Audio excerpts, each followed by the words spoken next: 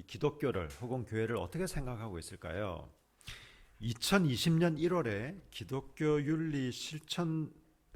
윤리 운동 실천 본부라는 곳에서 일반인들을 대상으로 설문조사를 했습니다. 그 결과 한국 교회 신뢰도는요, 긍정이 31.8%, 부정이 63.9%. 목회자에 대한 신뢰도 제가 충격을 좀 많이 받았는데요. 긍정이 30%, 부정이 68%. 그러니까 10명 중에 3명은 목사님 뭐 그래요. 한 7명 가까이 목사 뭐 이렇다는 얘기예요. 그러면 여러분에 대한 기독교인에 대한 평가는 어떨까요, 여러분? 긍정이 32.9%, 부정이 65.3%. 뭐 저하고 개찐도찐입니다만은 그래도 저보다는 좀 낫네요, 여러분들이. 가장 신뢰하는 종교 천주교 30%, 불교 26.2%, 기독교 18.9%. 여러분 지금으로부터 3년 전에 설문조사인데요. 여러분도 아시다시피 3년 만에 이런 인식이 획기적으로 바뀐 것 같지는 않습니다. 그래서 아마 이때의 인식과 크게 다르지는 않을 것 같다는 느낌은 듭니다. 글쎄요, 뭐 최근에 또 하면 또 어떤 결과가 나올지는 모르겠지만, 여러분 이게 우리는 안 그런데 이 사람들이 정말 뭘 모르는 사람들이네. 물론 그런 면도 있습니다. 이 세상이 또 일반인들이 교회를 오해하는 부분도 저는 분명히 있다고 생각합니다. 우리 그리스도인들을, 우리 기독교인을 그리고 교회를 분명 오해하는 부분도 있지만 여러분 그렇게만 생각하시면 안 됩니다. 오해하는 부분도 일부 있을지 모르지만 일반인들이 지금 우리 교회와 또 우리 기독교인들 여러분들 또 그리고 저를 바라보는 시각을 우리는 객관적으로, 이건 뭐 객관적인 거니까 그 사람들 평가가 객관적이라는 건 아니에요. 그 사람들 어차피 주관적인 평가입니다. 그렇지만 오늘날 우리에게 주어진 또 우리를 향한 이런 평가에 우리는 한편으로 좀 귀를 기울여야 됩니다. 들어야 된다는 것이죠.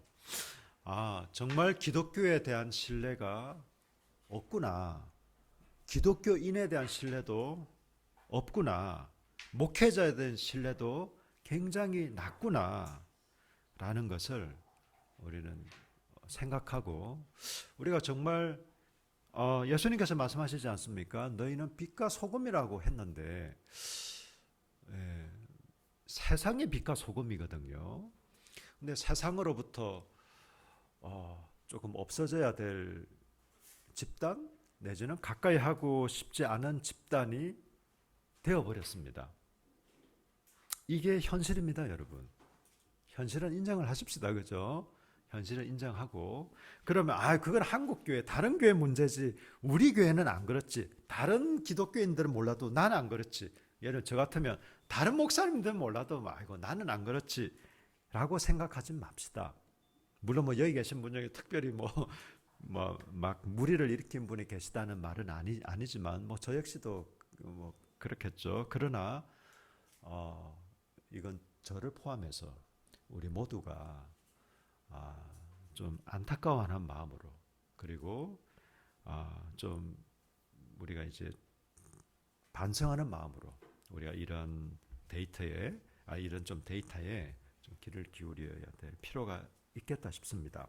제가 왜 이 말씀을 드리냐면 지금 이사야 시대에 이스라엘 백성들을 향해서 하나님께서 그들의 상태를 지금 말씀하고 계시거든요.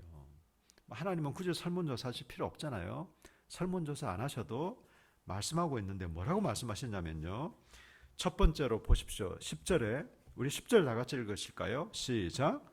너희 소돔에 가는들아 여호와의 말씀을 들을지어다. 너희 고모라의 백성아 우리 하나님의 법에 귀를 기울일지어다. 여호와의 말씀을 들으라고 얘기하고 있습니다. 그런데 이 사람들 뭐라고 얘기하고 있습니까? 소돔에 가는들아, 그러니까 소돔의 통치자들아, 지도자들아, 그리고 고모라의 백성들아.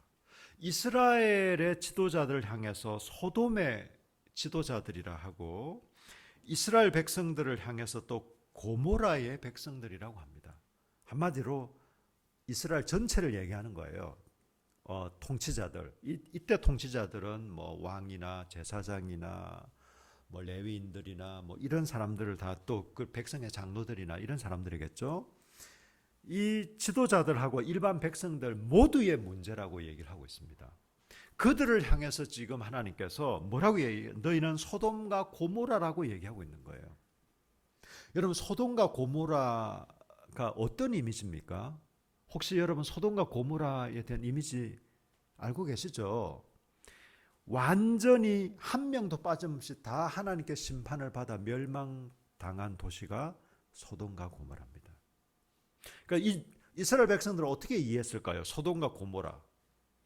이방 나라예요. 이방 도시인데 하나님의 심판을 받아서 싸그리 없어져 버린 그 이미지가 사실 실제로 내용도 그래요. 그게 소돔과 고모라예요. 하나님께서 지금 현재 하나님의 언약 백성인 또 하나님의 남편이라 그러고 자기를 아버지라고 하면서 자기의 신부가 되고 자녀인 그리고 그분의 백성인 이스라엘을 향해서 하나님은 소돔과 고모라라고 얘기하고 있는 거예요. 3년 전에 일반인들이 기독교를 향해서 했던 설문조사보다 훨씬 더 심한 말씀을 좀 우리 하나님은 이스라엘 백성들에게 하고 있는 겁니다. 여러분, 이 정도 얘기를 들었으면요, 정말 그런가? 내가 어떤 게 문제가 있지? 내가 정말 뭐가 문제일까라고 생각해야 정상이 아닐까요? 여러분, 그런데 유대의 전성 중에 이사야 성천기라는 게 있습니다. 물론 이건 뭐 성경도 아니고 그냥 이렇게 그 유대인들 사이에 어떤 통용되고 있는, 자기들은 나름대로 좀 권위 있게 보기도 하는 그런 문서인데요. 여기에 보면 이사야는 므낫세 왕 시절에 톱으로 켜임당해서 죽었다라고 기록되어 있습니다. 그래서 대부분 이사야는 아마 그렇게 죽지 않았을까 저희는 추정을 하는 겁니다. 성경에 기록된 건 아니니까. 근데 이사야의 제목이 이 톱으로 죽임 당한, 사형 당한 그 제목이 세 가지가 있어요. 세 가지가 뭐냐면은 이사야 6장 5절에 보면 이사야가 하나님을 보았다고. 환상중에 하나님 봤잖아요. 근데 어떻게 네가 하나님을 보냐? 첫 번째고, 두 번째 예루살렘 멸망을 예언했습니다. 아니, 하나님의 도시 예루살렘이 어떻게 멸망한단 말이야?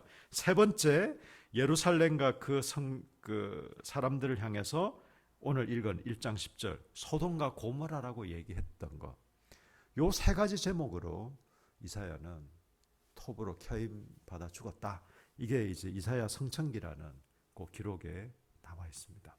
정확하게 100% 그랬는지는 모르지만 어쨌든 상당히 근거 있고 어느 정도 좀 신빙성은 있습니다. 그죠? 지금 이 말이 굉장히 이스라엘 백성들한테는 기분 나쁜 말이죠. 기분 나쁜 정도가 아니라 자기들을 부정하는 말이잖아요. 이방인들을 개라고 여겼는데 저 개들만도 못하다라고 지금, 그것도 하나님께서 말이죠. 그러니까 이 사람들 뭐라고 생각하는지 아세요? 하나님이 우리에게 그럴 리가 없어. 이사야, 네가 나쁜 놈이야. 네가 이단 같은 놈이야. 네가 죽어 마땅한 놈이야 라고 생각을 해버리는 거예요. 그래서 이사야를 죽이는 겁니다. 여러분, 물론 거짓 선지자들도 그 시절에도 있었습니다. 지금도 물론 있지만 그 시절이라고 해서 없었겠습니까? 그러나 참 선지자들, 참 진리의 말씀을 전하는 사람들을 자기들을 기분 나쁘게 하고 자기들을 자극한다고 죽여버리는 거죠. 자, 그러면 두 번째로, 그럼 왜 소돔과 고모라라는 평가를 받았을까요? 이스라엘 백성들이 말이죠.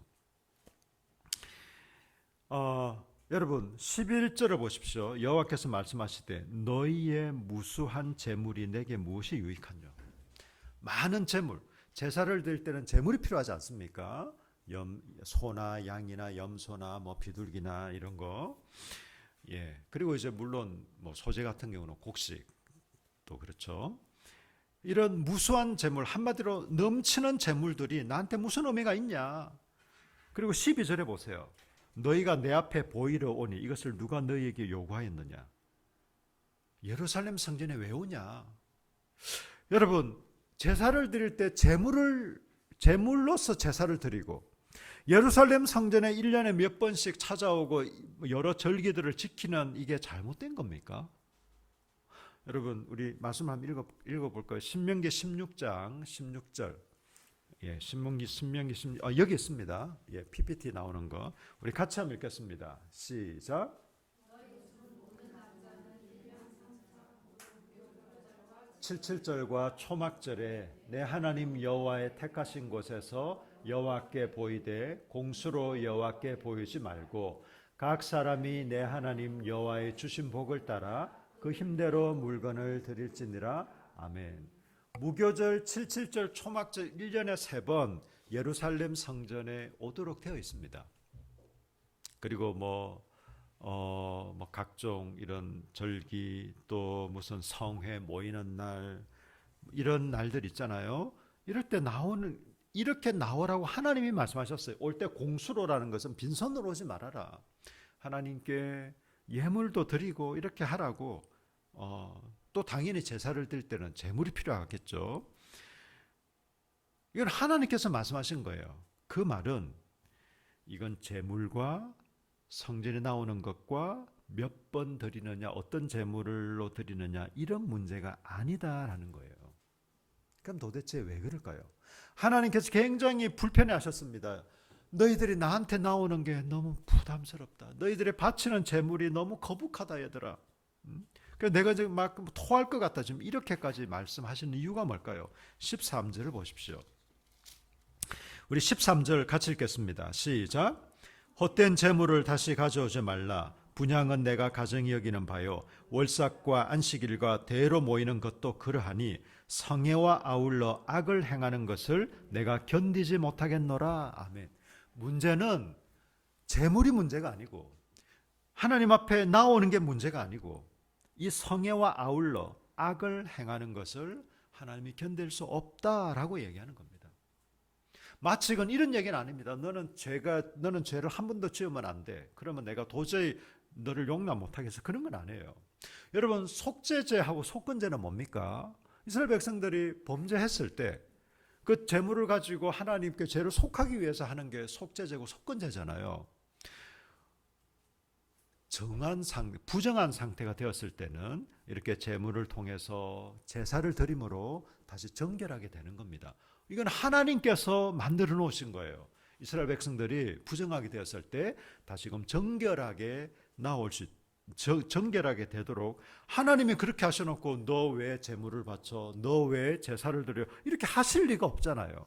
문제는 그게 아니라 조금이라도 죄가 있으면 안 된다는 것이 아니라 이스라엘 백성들이 지금 온갖 악행을 버젓이 습관적으로 그냥 일상으로 행하면서 제사는 제사대로 성회는 성회대로 마치 그냥 온갖 악을 행하면서도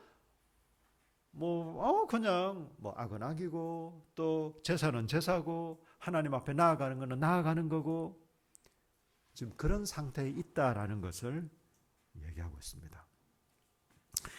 여러분 15절에 보세요. 너희가 손을 펼 때 내가 내 눈을 너희에게서 가리고 너희가 많이 기도할지라도 내가 듣지 아니하리니 이는 너희 손에 피가 가득함이라.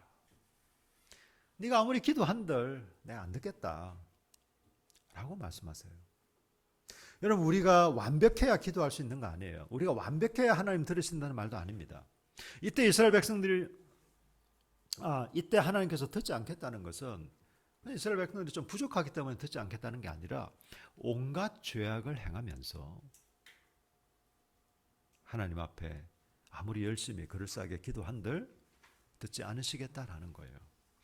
그러면 여러분 여기 백성들의 손에 피가 가득했다라고 얘기하는데 여러분 에스겔 7장 23절 우리 한번 읽어볼까요? 같이 한번 읽겠습니다. 시작. 쇠사슬을 만들라. 이는 피 흘리는 죄가 그 땅에 가득하고 강포가 그 성에 찼습니다. 피 흘리는 죄라는 것과 강포, 다시 말해 폭력은 똑같은 말입니다. 여러분 성경은 대꾸법이 굉장히 많습니다. 너 이스라엘아 들으라. 너 야곱아 귀를 기울이라. 그러니까 이스라엘과 야곱이 같은 말이거든요.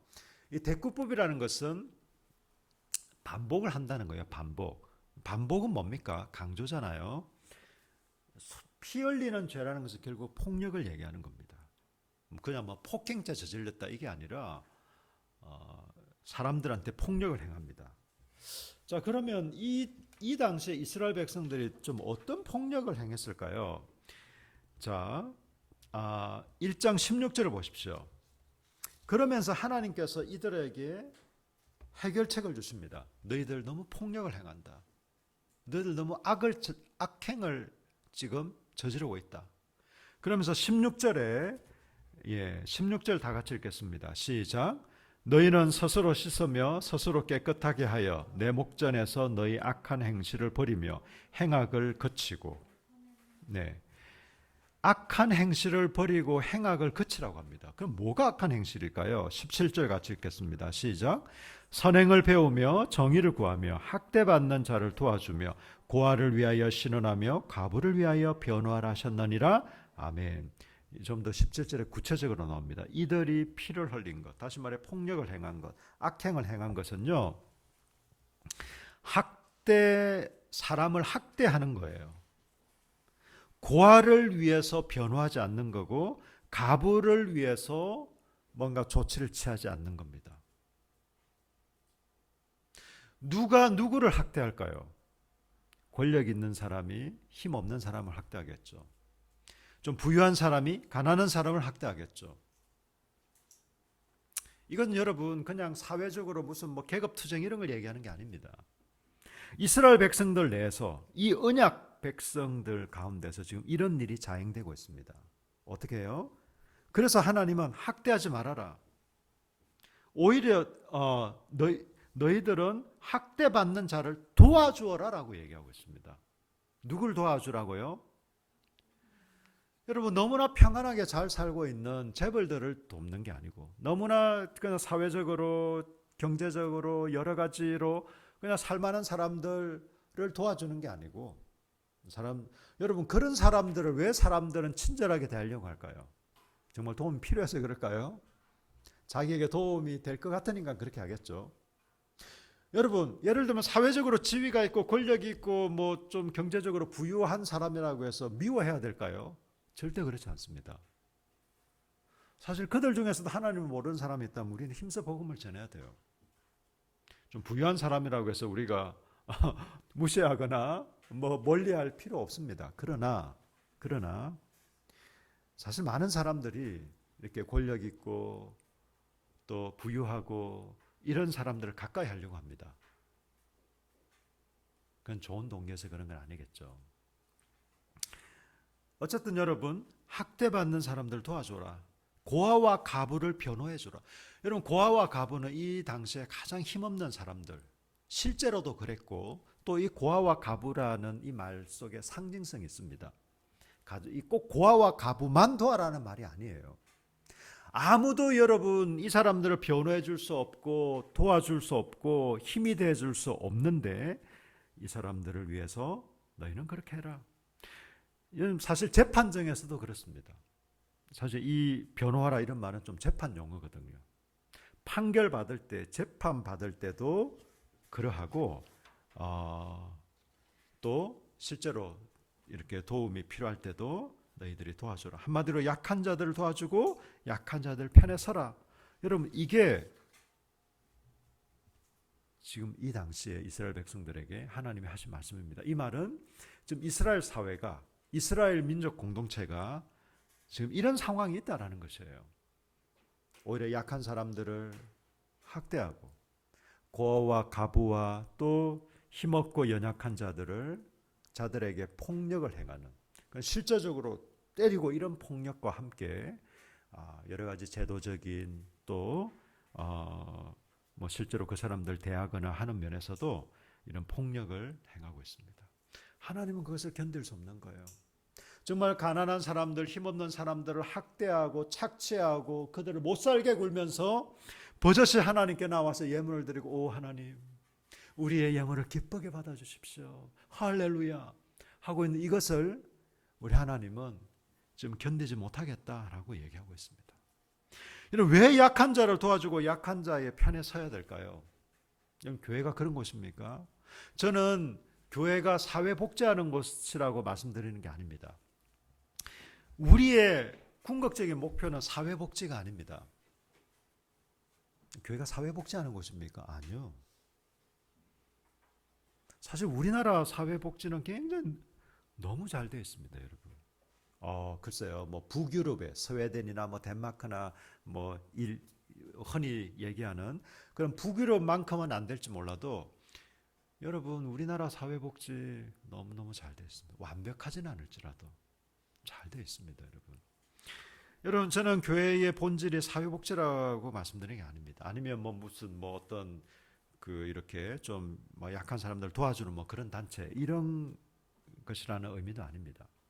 그렇지만 여러분 우리 하나님이 이스라엘 백성들을 향해서 네가 애굽에 있을 때를 한번 생각해봐라. 네가 나그네 되었을 때를 한번 생각해봐라. 그러면서 나그네를 대접할 걸 얘기하고 또 힘없는 자들을 돌볼 것을 얘기합니다.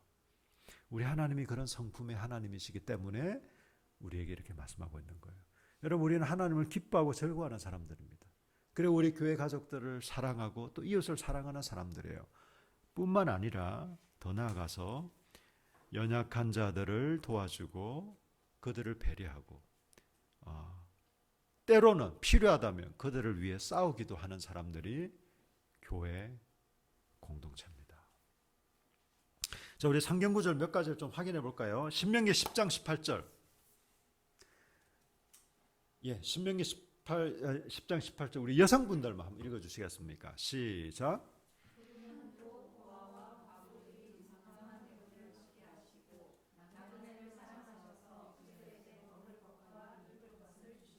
네, 그분은 우리 하나님입니다. 하나님은 고아와 가부들이 정당한 대우를 받게.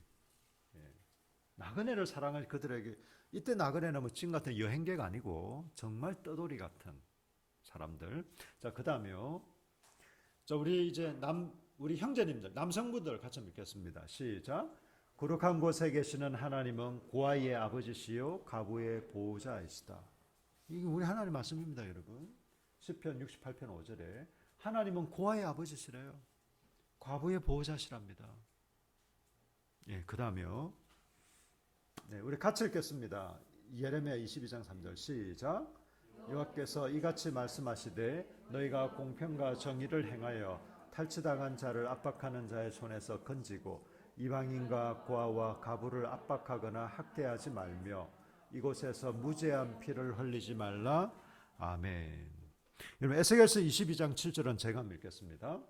그들은 부모를 업신여기고 나그네를 학대하며 고아와 가부에게 피해를 주었다. 이 하나님께서 책망하시면서 이스라엘 백성들을 말이죠 말씀하고 있습니다. 여러분 하나님은 고아와 가부와 나그네의 하나님입니다. 물론 우리의 하나님이십니다. 우리 하나님이신데 저와 여러분의 아버지의 성품은 고아와 가부와 나그네를 보호하시고 그들 편에 서는 분이십니다. 이게 우리 하나님의 성품이에요. 그렇다면 여러분 하나님의 약한 자, 가난한 자, 힘없는 자의 편인 것을 우리가 어떻게 알 수 있을까요? 당연히 성경에서 얘기하니까. 또 알 수 있는 게 뭐가 있을까요? 여러분 하나님의 아들 예수 그리스도를 보십시오. 고린도후서 8장 9절. 우리 성경 구절로는 아마 마지막일 것 같아요. 우리 같이 한번 읽겠습니다. 시작. 우리 주 예수 그리스도의 은혜를 너희가 알거니와 부유하신 자로서 너희를 위하여 가난함에게 드심은 그의 가난함을 인하여 너희로 부욕해 하려 하심이니라. 아멘. 우리 주 예수 그리스도께서 가난하게 되셨다고 합니다. 이때 가난은 물질적인 가난을 포함해서 여러 가난을 얘기하는 거겠죠. 이 가난하게 되신 이유는 저와 여러분을 부욕해 하기 위해서라고 합니다. 이분이 여러분의 주인 맞습니까? 아멘이십니까? 이분이 여러분이 지금 모시고 있는 여러분의 마음속에 계신 또 우리와 함께 계신 우리의 주인 되신 분 맞습니까? 여러분 신명기 28장은요 언약의 복과 저주가 나옵니다. 여러분 신명기 한번 읽어보셨죠? 1절부터 14절까지는요 그 다음에요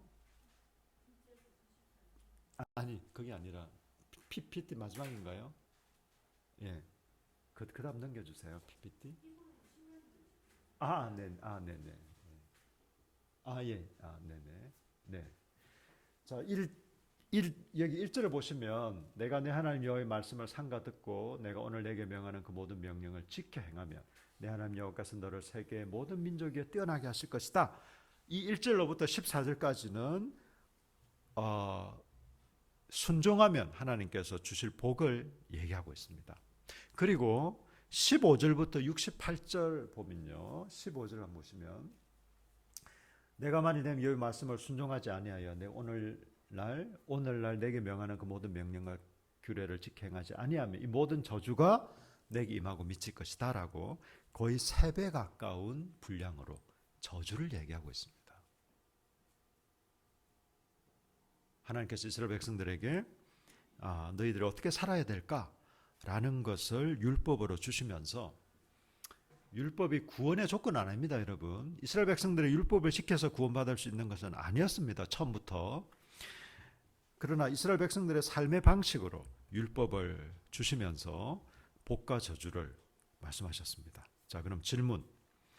이 모든 율법을 지켜서 복을 받은 개인이나 민족이 있었습니까?